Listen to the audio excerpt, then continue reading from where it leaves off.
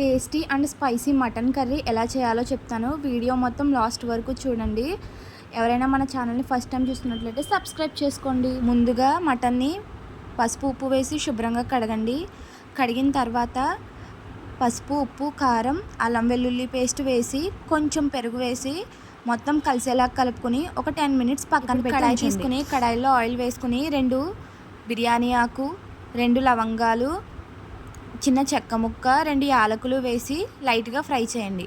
Fry చేసిన తర్వాత మనం మ్యారినేట్ చేసుకున్న మటన్ని ఆ ఆయిల్లో వేసి ఒక 5 మినిట్స్ ఒక గ్లాస్ వాటర్ వేసి 8 విజిల్స్ వచ్చేంత వరకు ఉడకనివ్వండి.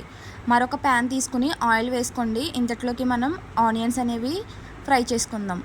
ఆనియన్స్, గ్రీన్ చిల్లీ, టమాటో వేసి ఆల్రెడీ బాగా సాల్ట్ వేసుకున్నాం కాబట్టి ఉల్లిపాయలు మగ్గడానికి కావాల్సినటువంటి కొంచెం సాల్ట్, అల్లం వెల్లుల్లి పేస్ట్ వేసుకుని బాగా కలుపుకోండి.